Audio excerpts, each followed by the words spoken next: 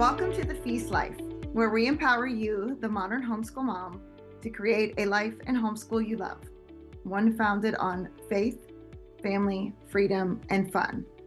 I'm your host, Julie Ross, creator of the award-winning homeschool curriculum, A Gentle Feast, and a certified Christian life coach. For more information on today's episode and to access my free gift for you, check out thefeastlife.me. Charlotte Mason once said, "Life should be all living, not a mere tedious passing of time." So on this show, we seek to savor the feast of life. Girl, grab your favorite beverage and pull up a chair. You are welcome at this table.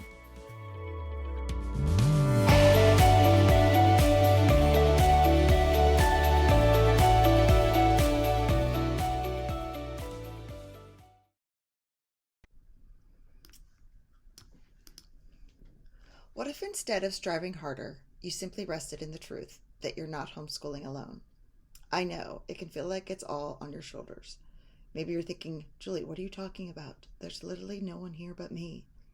But the truth is, you are infinitely supported in this homeschooling journey. When we pause to recognize that truth, it lifts off a huge weight. In today's episode, I'm sharing a clip from a recent talk I gave entitled, "You Don't Have to Homeschool Alone, Trusting the Divine Helper in Your Homeschool." What if instead of striving harder, you simply rested in the truth that you're not alone?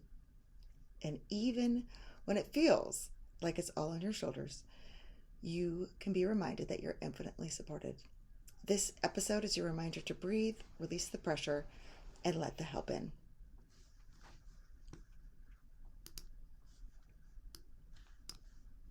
So today we're going to be talking about the help that we have in our homeschool. We don't have to do this alone. So I want you to sit with this question for a second. What if instead of striving harder, you rested in the truth that you're not homeschooling alone? It might feel that way. And you're like, Julie, there's no one here. There's nobody helping me. What are you talking about? But we are infinitely supported in this endeavor. I don't know about you, but that is such a relief. That takes such a huge weight. And again, we feel this pressure that we have to do this all ourselves and we have to be the ones that make this happen instead of trusting it. We're going to learn today, hopefully, to release just a little bit of that and let some of that go. All right, so Charlotte Mason talks about this concept of the divine helper, the Holy Spirit, if you will, right? So she says that every subject is from God. God imparts knowledge, not us. It's not coming from us, thank goodness. And she says, I won't read through this whole thing, but some of the things I want to point out is that the actions that we take are either inviting the cooperation of the divine helper, or the actions that we're taking are excluding his illuminating presence from our schoolroom. So we can actually be resisting and pushing away the help that is available to us. And in here, she talks about even in grammar. So she's not just talking about like in our Bible lessons or things like that. She's saying even in grammar, which is like one of those subjects that, for me anyway, anybody else, not my favorite. But even there, we see God. We see that there is an order and that there is a truth and there is a logic to grammar, right? And that there is an order and truth to our God. But he also is the one teaching and helping our children, even in that subject, which is amazing. And so this is really important. The contrary is equally true. So we can work in cooperation with the divine teacher. Such teaching as enwraps a child's mind in folds of many words that his thoughts is unable to penetrate, which gives him rules and definitions and tables in lieu of ideas. This teaching, which excludes and renders impossible the divine cooperation. So she's saying a whole bunch of talking from us, a whole bunch of rules, definitions, things that kids need to memorize, instead of giving them ideas, is excluding this cooperation. So let's dive in a little bit, and hopefully it'll make it a little bit clear of how we can actually be resisting this divine work that God wants to do in our kids. So, how can we be hindering it? So, first is stuffing our kids with facts, having them memorize a bunch of information, trying to get in as much as we can. And again, that often comes from this fear, right? That we have to keep up and we have to do all these things. And here's the things you need to know. And we need to know them like yesterday. And so we got to go, we got to know this stuff, right? But that's not how our kids' minds grow. Our kids' minds, souls, bodies, whole people grow on ideas. And so she says, but in the end, we'll discover that the child has only taken into his being those ideas that have fed his life. Everything else is thrown away, or even worse, becomes like dust that clogs the system and injures the vital process. So she's saying our kids are taking in like mind food all the time. That's what these ideas are. Ideas are life-giving. They grow. Our kids are going to take the ideas that they need, just like their bodies, right? Take the food that they need, the nutrients that they need, and they get rid of the rest. I won't go in the whole digestive process, but it's like similar metaphor, so you can picture it, right? But when we are feeding our kids with facts, it's like feeding them sawdust. She says it's like a scarecrow. They can look puffed up with knowledge, like they might know all, be able to recite the stuff and look like they know all this stuff. But in the end, it's just sawdust. It's not life-giving. It's not something that's going to grow them as people. Okay. So this can actually injure the workings of their brain. Students become lazy, passive learners. Like, I'm just waiting for the teacher to tell me what's on the test and what's going to be important here. I'm not doing the hard work of myself and figuring out, like, how does this all work? I'm not trying to understand it. Just tell me what I need to know so I can memorize it for this test and I can forget it. That is causing a lot of damage and it makes passive learners. Okay, another way we may be hindering is by overscheduling. So in this Parents Review article, which the Parents Review was the magazine that Charlotte Mason edited, this article was called Imagination as a Powerful Factor in a Well-Balanced Mind. I love that title because imagination is important, but we think that's something that's frivolous, right? When you're learning a bunch of facts, there's not a whole lot of imagination happening, right? But in order for imagination to grow, it needs two things: solitude and independence. But that is something children very rarely have these days. We have overscheduled them. In the book, Dumbing Us Down, I quoted that yesterday too. John Taylor Gatto did some of these calculations. So these are for school children, but it also applies to us. So out of the 168 hours in a week, my students sleep about 56 of them. That leaves 112 hours out of which to fashion a self. According to recent reports, children watch 55 hours of television a week. So he's not even calculating cell phones, so I can't even imagine what that is now. So that only leaves 57 hours a week in which to grow up. My children attend school 30 hours a week, use about 8 hours getting ready for and traveling to and from school, and spend about an average of 7 hours a week on homework. That's 45 hours. During that time, they are under constant surveillance. They have no private time or private space and are disciplined if they try to assert individuality of their own time and space. So that leaves them 12 hours a week out of which to create a unique consciousness. Of course, they do eat too, and that does take some time. Not much because they've lost the tradition of family dinner, but if we allow 3 hours a week for meals, that leaves a child 9 hours of private time. So there are not that many hours that we're giving our children, especially with all the distractions and things. And in this article, I wanted to read you a quote from it that I think is just so powerful and explains it better. Okay. So, in order for your children to grow, to be nourished, for their minds to become these whole persons that we talked about, children must have solitude and independence. Nursery children come off fairly well in these respects. They get time where they can wander and dream alone in the garden, but this happy state often ends when schoolroom life begins. Lessons, walk, lessons again, always in company, always something that must be done now. Miss Mason devised the timetables which cover such reasonable hours as to leave time for this solitude. But parents are often very culpable in thinking that tango,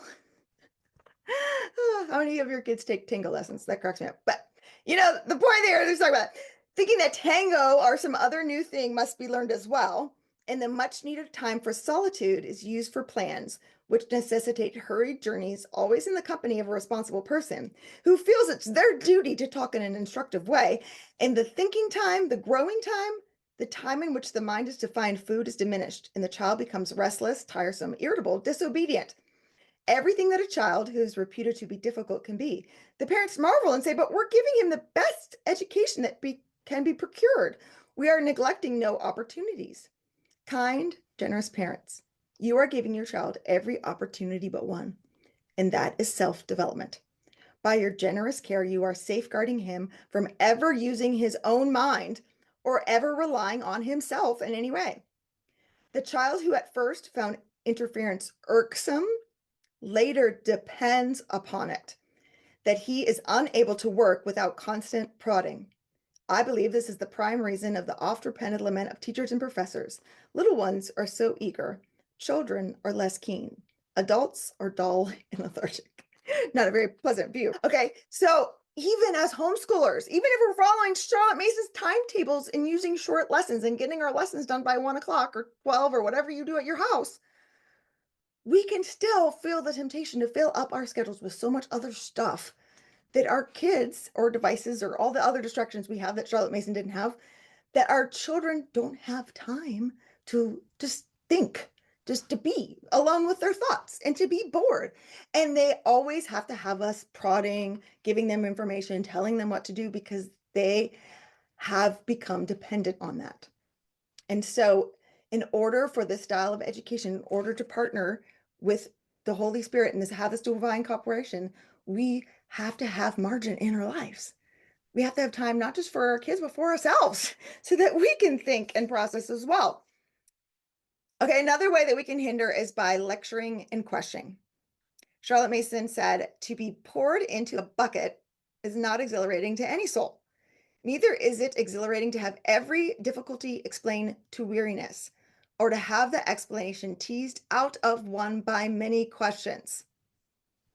Anybody, that was your school experience, right? Your teachers explain things to death sometimes. You're like, I get the point. Stop talking. Or you were just asked questions after questions, and it becomes so tiresome and irritable, right? I did as a child. No one wants to learn that way. Okay. It's like preparing a beautiful feast, a beautiful meal, and your kid sits down, and every bite you go, okay, now we're going to have a bite of the sweet potatoes. Sweet potatoes come from farms and grow inside the ground, and they are root vegetables. And the Native Americans, blah, blah, blah, blah, blah, blah. They're like, just give me the food. I'm hungry. I want to learn. And then we're spending all this time discussing it. Or I'm going to give you this bite of sweet potatoes. You're really going to love it. It's going to be really good. Like, we have to convince them to eat the sweet potato before they do. But they're like, I'm just hungry. Let me at it. Or they take a bite and then we feel the need. Now, did you enjoy that? What did that taste like? How would you compare that to the mashed potato? No one would enjoy that kind of meal, right? And if our education that we're providing for our children is this beautiful feast of all these rich subjects and experiences, the lecturing and the questioning get in the way and they kill that joy. We want our children to come to the food themselves, to be able to read the book, look at the artwork, do the experiment, look at the thing in nature, and then be able to have them express it for themselves and have their minds do that digestion on their own. So let me explain a little bit more what I mean by that. So how do we partner with the divine helper? So I just talked about ways that we can hinder it, ways we can interfere. Okay, let's talk about, okay, what do we do then? How does this actually work? Okay, so the first, like I said, prepare the feast and let your child come and eat. So Charlotte Mason said, you can bring a horse to water, but you can't make them drink. Okay.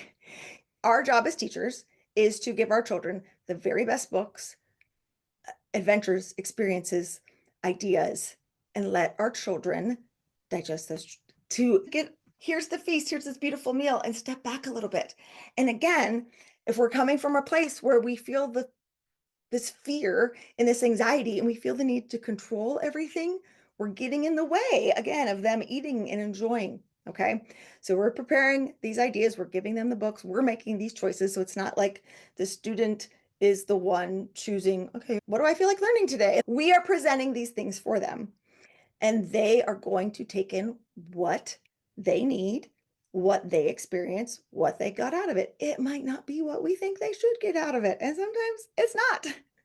And part of that is learning to release the control and learning to trust the process.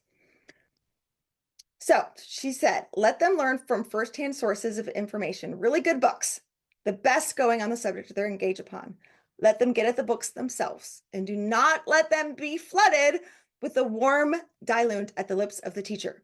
The teacher's business is to indicate, stimulate, direct, and constrain to the inquirement of knowledge, but by no means be the fountainhead and source of all knowledge. So when I first read this quote, I was like offended and relieved both at the same time. I was offended because I was like, wait a minute, I'm a really good teacher. Like I told you all, like I have a public school teaching background and I started a private school and a homeschool hybrid academy. I'm like, I'm good at teaching kids like my lessons. I'm not supposed to have this like warm diluent and be able to talk and oh my gosh, someone's writing on my screen. That's so weird. I don't know how this is happening. Anyway, I'm just going to roll with it because that's how life works. So I was offended because I was like, I was a history minor. I know this stuff. I can talk to my kids about it. But then I was also relieved. I don't have to know everything. I don't have to be the fountainhead of all knowledge. I can put them in touch with people who actually know more than I do on these subjects that I actually don't really like that much. Like, I'm really glad I don't have to teach certain subjects to my kids. And that is a relief. Okay. So that is way giving them these best books, giving them the ability to get at them for themselves without all of the lectures and things from us. Today's episode is brought to you by A Gentle Feast. A Gentle Feast offers a complete living books curriculum, an award-winning early reading program, and more tools to equip you to apply Charlotte Mason's timeless philosophy into your modern homeschool. Go to agentlefeast.com to check it out. Smooth and easy days are closer than you think. And then the teacher who allows his scholars the freedom of the city of books is at liberty to be their guide, philosopher, and friend, and no longer the mere instrument of forcible intellectual feeding. Okay, not traditional, our modern industrialized school system spoon feeds kids. The teacher takes in the information, they figure out how to present it. Nowadays, it has to be in some like multi-technical presentation thing. Even when I was a teacher 20 years ago, I sometimes felt like I was like putting on a show to try to get everybody's attention. I had to take in all the information and then I had to figure out a way to present it to them. So it's like a mama bird, like digesting all the food and then throwing it back up into the little baby bird's mouth. This kind of industrialized view of education has the teacher doing all this heavy lifting and work and then regurgitating it or spoon feeding it to the pupils. We don't have to do that. And it's not, I love this, forcible. Often it doesn't matter. This is going in there. We're going to stuff this in there rather than a trusting, okay, you're going to take a bite of the sweet potatoes and you're going to get what you need from that nourishment will go in your body. I'm trusting this process. But the thing I love most about this, and I think this is the heart of a gentle homeschool and the heart of this approach, is we can now be our child's guide, philosopher, and friend. And that's what I want to be with my kid. I want to walk this journey with them. Like I said yesterday, we're growing and learning just like our kids are growing and learning. And I want to be able to be the guide. Okay, yeah, here's where we're going. I want to be the friend and go, oh my goodness, can you believe that character just did that? I cannot believe that just happened. And the philosopher, right? There are times where I can share my opinions and share what I'm learning with my kids, but it's not, I know all the information. Now let me pour this into you. Listen to everything I'm saying. It comes at a different approach when it's from someone who's like next to you instead of in front of you, pulling you along. Okay, another way that we can partner with this divine helper is by respecting your child's narration. So if you are new to this approach, Charlotte Mason, I'm going to make it real simple, has living books, these are real books that tell a story. They could tell about historical events or about scientific concepts, but they tell it in a living narrative way. And then your child, either they read it themselves or you read it to them, and then they tell back. That's narration, the process of taking it in, figuring out what's important, what's not important, what order did it happen, and then they express it back. Our job as parents is to listen. And that is such a beautiful gift that we give our kids, for them to be able to express their thinking and to have an adult who actually listens to them. She wrote, a narration should be original as it comes from the child. That is, his own mind should have acted upon the matter it has received. And I saw somebody put, again, in the Facebook group, that their kids, they had siblings and the kids gave two totally different narrations. And they were like, oh my goodness, this is so cool. And it is, because I would sit down with all five of my kids and I would read something to them, and all five of them would have something different. They would express it different, or they would have something in the story that like stood out to them that was like different. Like my son, it was always like who fought who with what weapon, like whatever that thing was. Like my daughter, it was like always like the emotional side and how they felt about the thing. And but they were coming at it from their own perspective. And I love the fact that narration gives kids a voice. They're not just parroting back a summary. They're not just answering what they think is the right answer. Here's the question. Tell me what happened first in the story. Did he go here? Did he go here? Okay. What was the right answer? Okay. Everything the kid just thought was important went out of their head. All the imagery they had while you were reading, all the deep thinking that was taking place by asking questions. Now they're like, oh, what was that answer? And their brain immediately goes to try to find the information. And they don't get to express that. And that can go away like that. So we want to allow them the opportunity. Okay, what did you think was important? You tell me about it. And I gave the example like walking with my son. It doesn't have to be like everybody sit down and everybody tell me back what the story was about. It can be playful. It can be acting it out. It could be drawing. It could be voice recording. It could be my one daughter thought she had a YouTube channel the whole time she was like in elementary school. She didn't actually have one, but she would record her narrations and be like, hey guys, welcome to my channel. Please make sure you like and subscribe. Hello. And then she would give her little narration, and it worked. And she loved it. And so you can be playful with this, but respect your children in that. And that doesn't mean that you never correct something. If there was something that was like they're talking about King David doing whatever, but it was really King Solomon, but you don't interrupt. You listen, and then afterward, in a gentle way, just go, yeah, wasn't that neat how King David did da, da, da, da, da? And trust that they are taking the information. And I've even had, this doesn't happen anymore. My kids were little, stuff like this would happen, where they would give a narration and one or two things was slightly off from what the story was. And I'm just like, oh, okay, thanks for sharing. I appreciate that. That was really interesting how thought whatever about the thing. And I don't correct them. I'm pointing out what I thought was interesting. And then like several days later, they're like, Mom, I think the other day I told you that it was blah, blah, blah, but it was actually da, da, da. Their mind needed that time to process.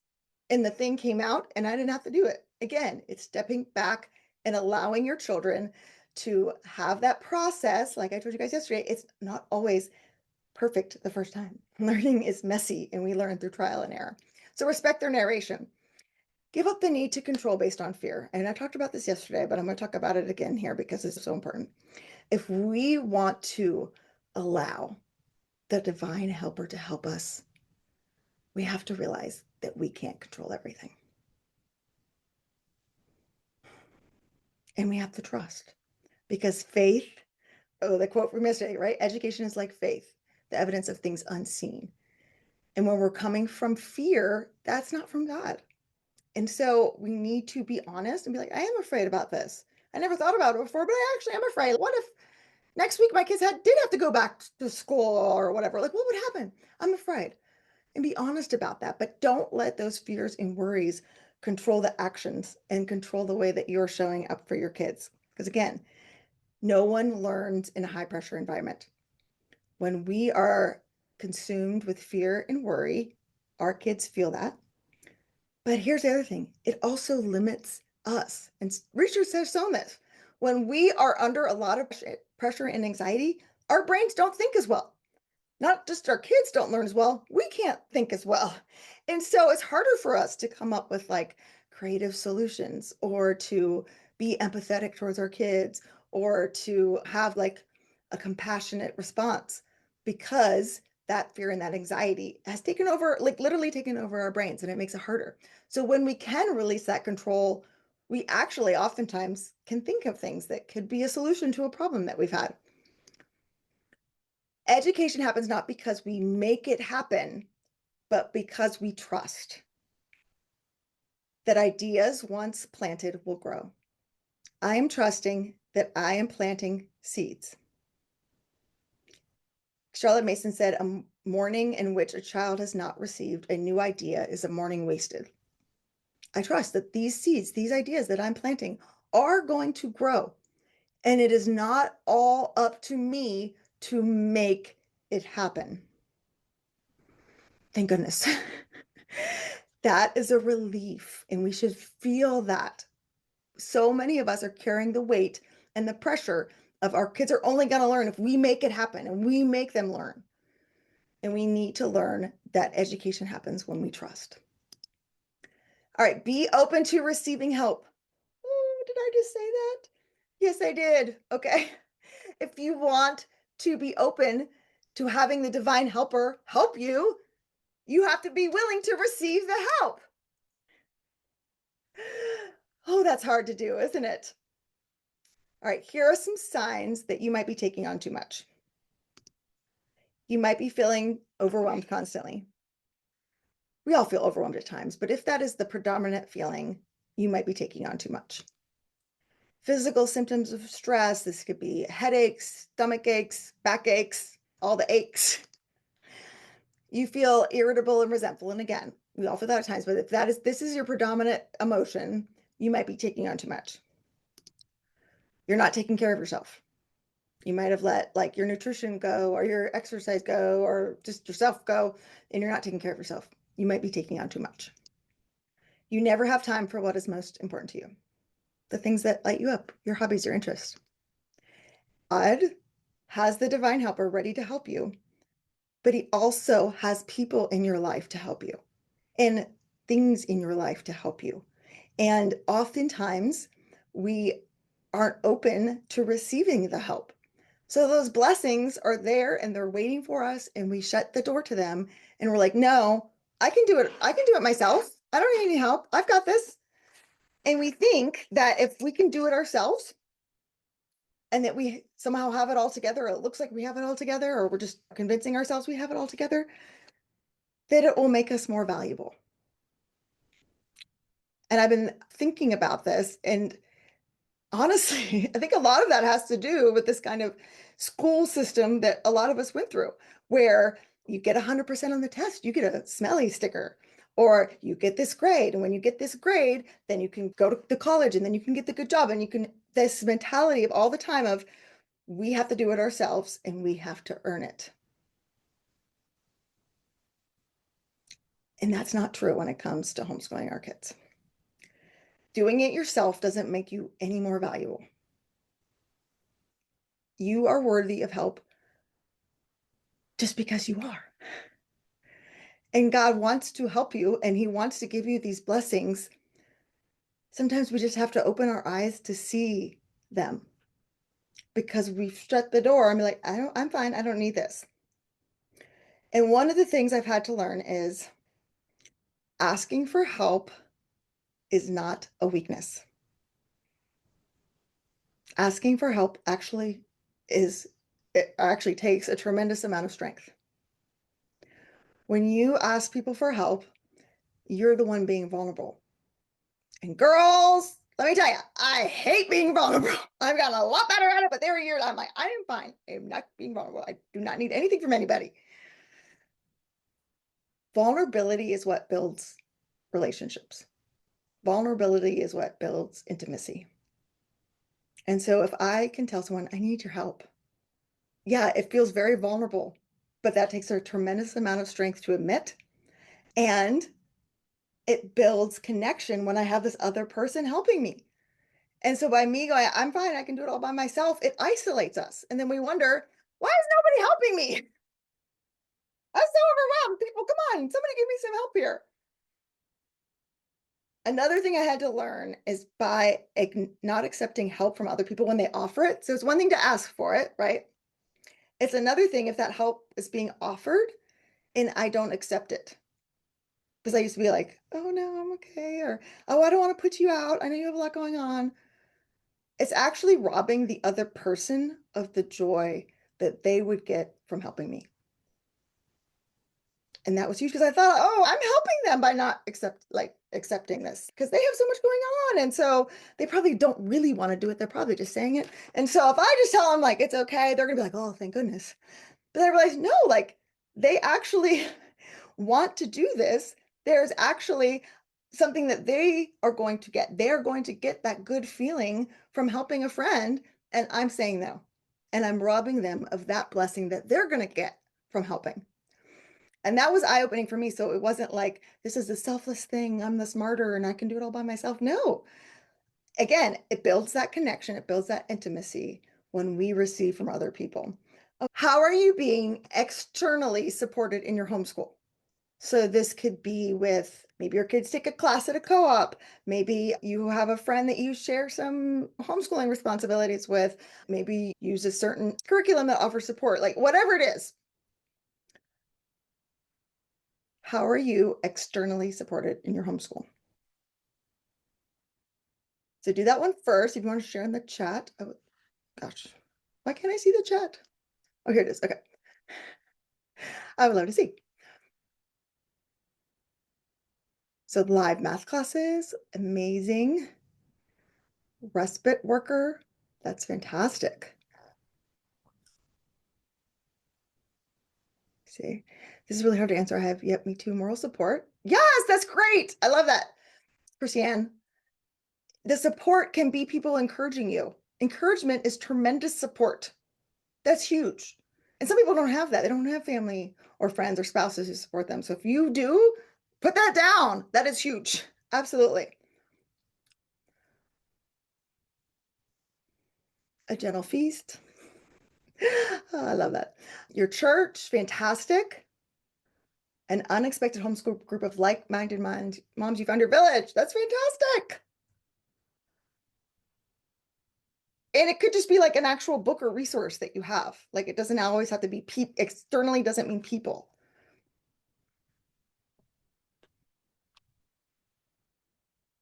Online, yep. Those are all things, right? That's amazing. I love this. All right, and then I want you to think of ways that you are currently internally supported in your homeschool. So this is stuff coming from you.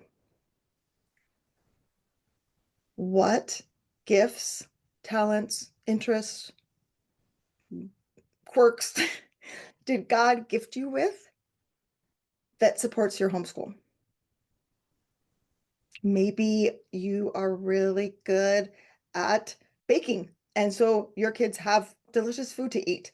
Maybe you are really creative and you're willing to like just, let's just go do a little dance party before we start this. Maybe you are really good at organizing, yes, organizing your books, organizing your schedule. Maybe you're really good at, you love to read. I love that. Love to read aloud to your kids. Love going on adventures, cooking, learning, crafts. I'm really animated during read alouds. I love that. My kids always, I try to use audiobooks with them and they're like, Mom, your voice is so much better. And I'm like, but my voice hurts. That narrator is a professional actor who's getting paid a lot of money to make that audiobook. Surely they're better than me. And the kids are like, no, I love your voice. So that's great. I love that. Passionate about literature, like your interest, right? God made me like super fascinated with history. I love it. I love musical theater. That's the way I'm internally supported in my homeschool. I can take my kids to go see Hamilton and it's history, right? So all of these things count. And so often we neglect the gifts that are already right here. Oh, that doesn't count. Oh, but I wish I could do blah, blah, blah. Or I wish I could be like that mom on Instagram. You love being outside. That is fantastic. Go out with them. Don't negate the gifts that God has already given you. Even, I would say, learn to make those strengths even stronger. I love your children. I love that. You have a positive attitude. Fantastic. I think we could all put, right? I'm totally supported why I love my children well, most of the time. So when you look over this list, How do you feel?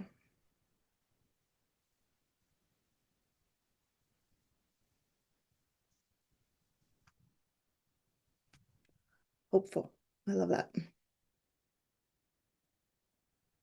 More empowered and at peace, happy tears. Oh, Kelly. Encouraged. Maybe I'm not doing a terrible job. Absolutely, you're not. Excited.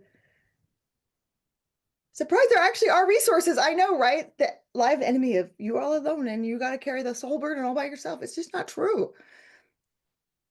There are always infinite number of ways we can be supported.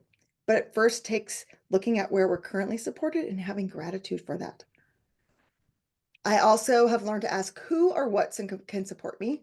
So instead of, I got to figure it out, who or what could support me in this? And sometimes it just takes sitting on it for a while. But oftentimes I'll pray or I'll journal, okay, God, like I need an answer. I'm really worried. I don't know what to do about blah, blah, blah. I trust that you're going to provide support in your divine timing, in your divine way.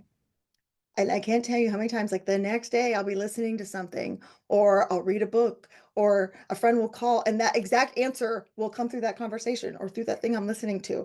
Again, you're opening yourself up to get the answers that you need. Does this need to get done by me?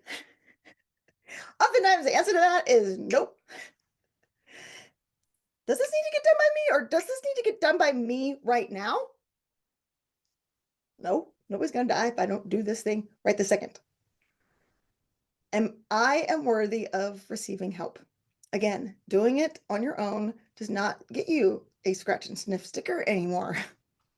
You don't have to do it on your own. You are worthy of receiving help. The goodness of God is always available. That's the verse I clung to through all the things that have happened. I will see the goodness of God in the land of the living. And so even in really dark circumstances, I'm like, okay, God, where's the goodness? I'm looking for it. I'm going to find it. I know you're here. I trust that this goodness is always available. And then I love this question. What if this was fun and easy? And like that huge traffic jam that we were stuck in for 2 hours, I was like, what if this was fun and easy? And so my kids and I, we got out in the middle of the road with all these semis and stuff and started doing TikTok dances. And we had the best time. We were literally stuck on the highway for 2 hours. If we focus on what's wrong, if we focus on the negative, we don't allow ourselves to open up to the divine help of maybe this could be easier than it actually is. We put so much pressure on ourselves, and it's in that stressed out state that we can't think clearly enough to find out how could this be fun, like easy, and have the creative to hear the still small whisper of God. I don't think the helper is screaming at us, do that. This will fix all the problems in your homeschool. It's these gentle whispers and nudging of the spirit on a regular basis of, what if I didn't have to carry this all on my own anymore? What would that look like? Think about how different you would show up if you came from that place of peace and trust on a regular basis. And how different you showing up differently would then change the atmosphere of your homeschool. All right, and it's trusting that process. As they get older, trust me, the more you try to control, the more they try to resist. And not doesn't mean like it's free to do whatever you want. No, Charlotte Mason was very clear. It's not just liberty, okay? It's putting our children on the right path, in the right soil, in the right nurturing environment, and then trust that they're going to grow.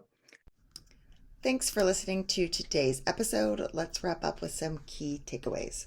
So number one, you are not homeschooling alone. You are infinitely supported spiritually, emotionally, and practically, even when you can't see it. Number two, let go of the pressure and trust the process.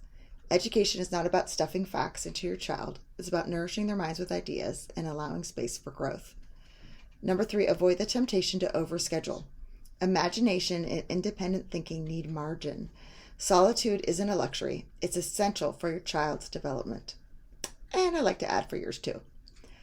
Number 4, ditch the lecture. Your kids don't need you to be the fountainhead of all knowledge. Your job is to prepare the feast, not serve every bite with a side of explanation.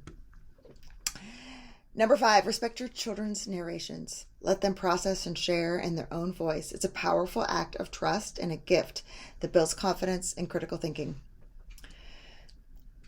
Number 6, let's get honest about your fears. Fear-based homeschooling leads to a need to control and ultimately disconnection. Naming your fears helps you realize them and step into trust. And last but not least, recognize and receive help, whether it's through a curriculum. I happen to know a really great one named A Gentle Feast, or a friend, a co-op, or simply owning your own strengths. Support is always there. You just have to say yes to it. And remember, education happens not because we make it happen, but because we trust that ideas, once planted, will fully grow. Thanks for listening.